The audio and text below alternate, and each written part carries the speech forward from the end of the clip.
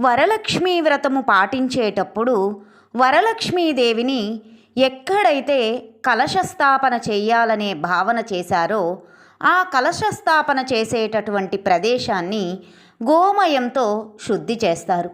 అలా గోమయంతో భూశుద్ధి చేసి అక్కడ నూతన అంచు కలిగిన వస్త్రాన్ని పరిస్తారు.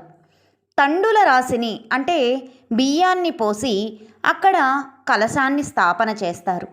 అమ్మవారి మూర్తిని ఉంచేటప్పుడు శక్తి ఉంటే సువర్ణమూర్తి, బంగారు మూర్తి, లేకపోతే వెండి మూర్తి లేదా రాగి మూర్తి, అది కూడా లేకపోతే కలశం ఒక్కటే పెట్టి పూజ చేసుకోవచ్చు.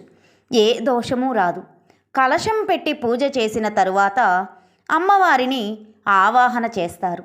ఆవాహన చేసిన తరువాత అమ్మవారికి వివిధ ఉపచారములు చేస్తారు. పూజ ప్రారంభం చేసిన తరువాత లౌకిక సంభాషణ చేయకూడదు. Thanks for watching. Please subscribe.